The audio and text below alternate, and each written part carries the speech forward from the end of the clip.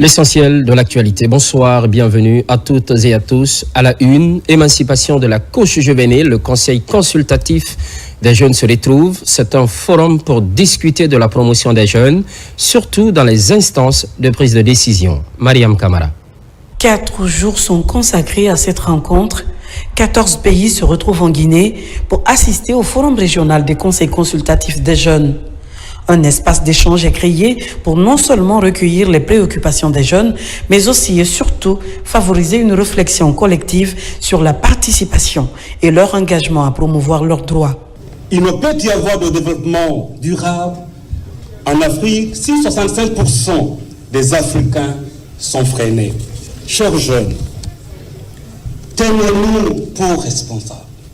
Tenez le gouvernement, vos dirigeants, les décideurs que nous sommes pour responsables de l'élimination des obstacles structurels qui affectent vos intérêts, qui affectent vos talents et votre capital intellectuel, car l'avenir envisagé pour l'humanité et vos pays repose sur la libération du potentiel et de votre potentiel. C'est quand même un sentiment de fierté et de redevabilité parce qu'il faut savoir que son Excellence, Monsieur le Premier ministre, l'ensemble des membres du gouvernement, l'Excellence, Monsieur le Président du Conseil national de la transition, ils étaient tous là, ils nous ont accompagnés, ils nous ont facilité. Et franchement, je dirais que c'est déjà un grand pas.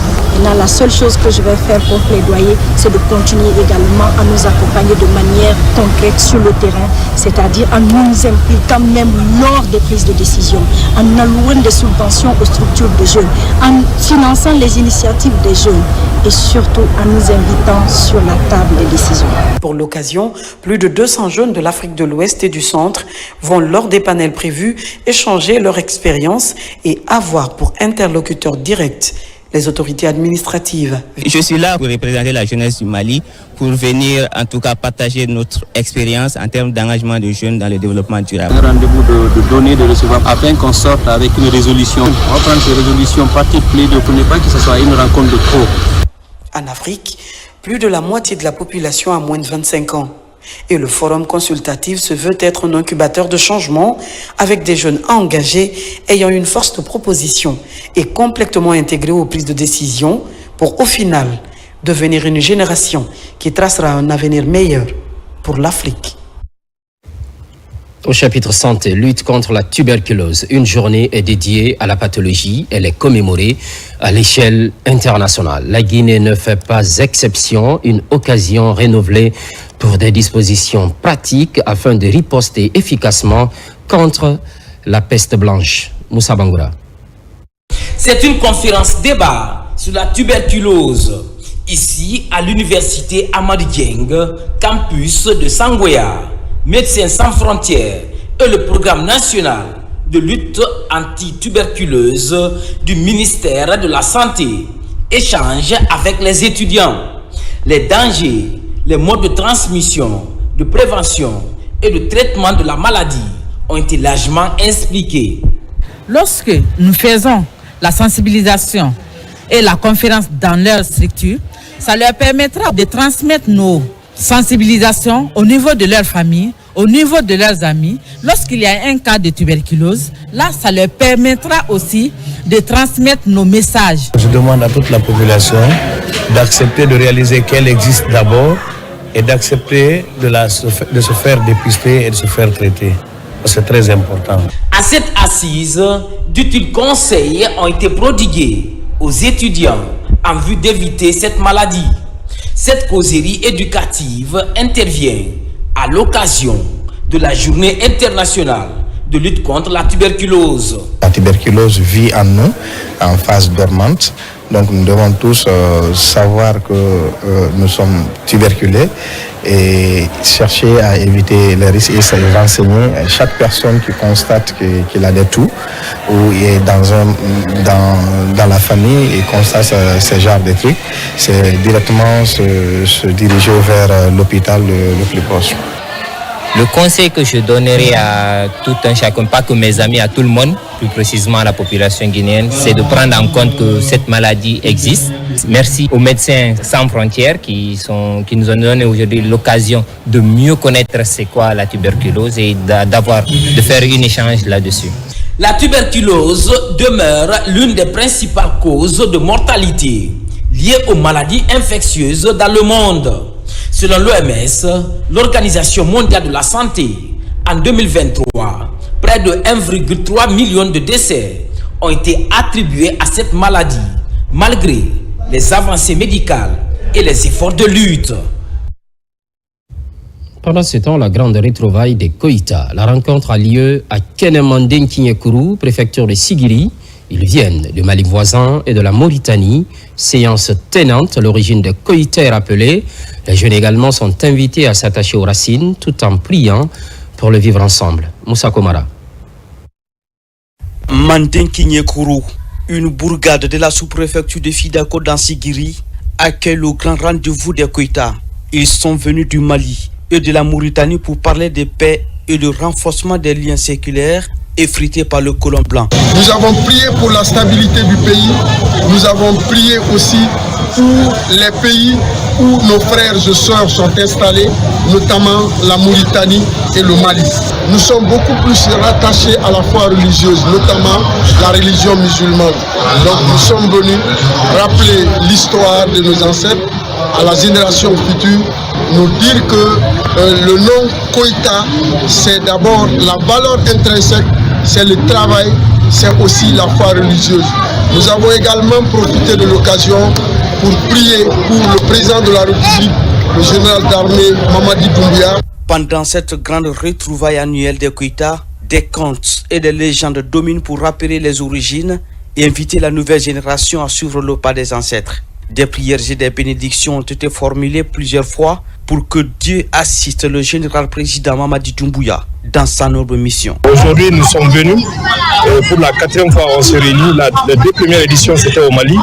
La 3e édition a été effectuée en Mauritanie, à Kaédi. Et donc, on est à la 4e édition ici en Guinée. Cette organisation a été mise en place par nos papas. Et ils ont décidé de mettre en place cette association pour regrouper les Koïta qui se sont séparés il y a plus de 1000 ans. Et ça nous a permis de rapprocher les Koïta de toutes les confédérations religieuses, de toutes les ethnies, et sans considération de cela. On tient à remercier toutes les autorités du Mali et celles de la Guinée qui nous ont facilité la route de part et d'autre sans complexe. Vraiment, on se sent sur nous, comme on est venu de la Mauritanie, du Mali, et la Guinée aussi, alhamdoulilah, on se sent comme chez nous. Préserver la dignité et renforcer les valeurs traditionnelles entre les 3 pays, la Guinée, le Mali et la Mauritanie, c'est tout l'enjeu de cette retrouvaille culturelle et inspirante. Sur tout autre plan, intelligence artificielle, enseignants, chercheurs et étudiants de la langue arabe développent leurs compétences à la matière et à juste raison satisfaire leurs besoins académiques. Ce programme de 3 jours est piloté par une structure spécialisée en partenariat avec l'université Stardom de Turquie. Marwan Kamara. Ces séances de formation sont initiées par la chaire de l'Organisation du monde islamique pour l'éducation, sciences et la culture en collaboration avec l'Université Stardom de Turquie.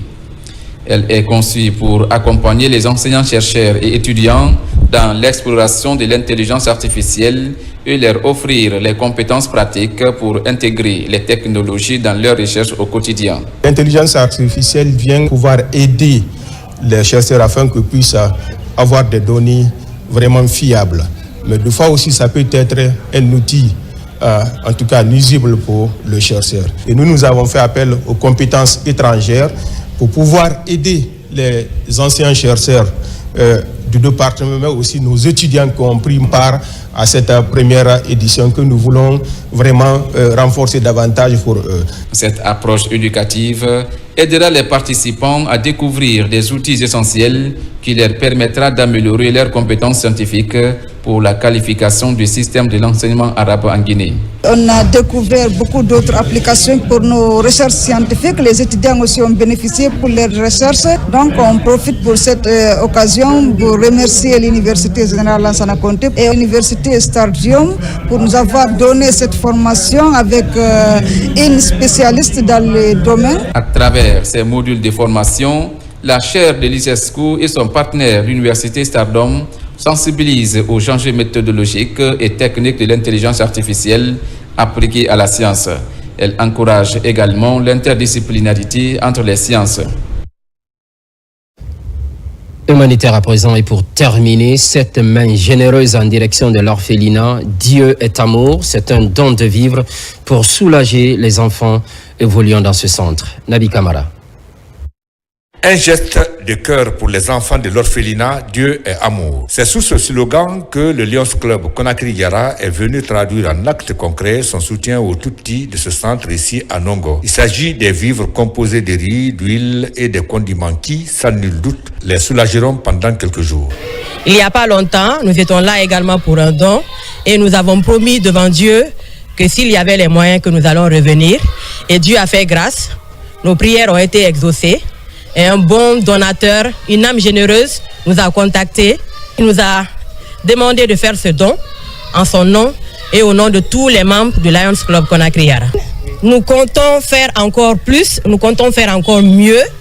Et comme on dit, au Lions Club Conakry Yara, nous ne sommes pas que des âmes généreuses, nous sommes également un pont entre les bonnes personnes, les âmes généreuses, pour pouvoir toucher plus de personnes dans nos communautés et aider vraiment ceux qui sont dans le besoin. Ce don est venu au bon moment dans ce orphelinat Dieu est amour, d'où cet accueil chaleureux des enfants bénéficiaires qui, par la voix de la fondatrice du centre, ont dit toute leur reconnaissance aux donateurs, le Lions Club Conakry Yara. C'est pas la première fois ni la deuxième fois. Ils ont l'habitude de venir ici avec les dons ici pour nous. Souvent quand ils viennent avec les dons, vraiment c'est merveilleux. Et on leur dit merci, pas seulement les dons que Lions Club fait pour nous. Des fois même ils nous aident aussi pour le loyer, car c'est les grandes difficultés qu'on travaille ici dans notre orphelinat.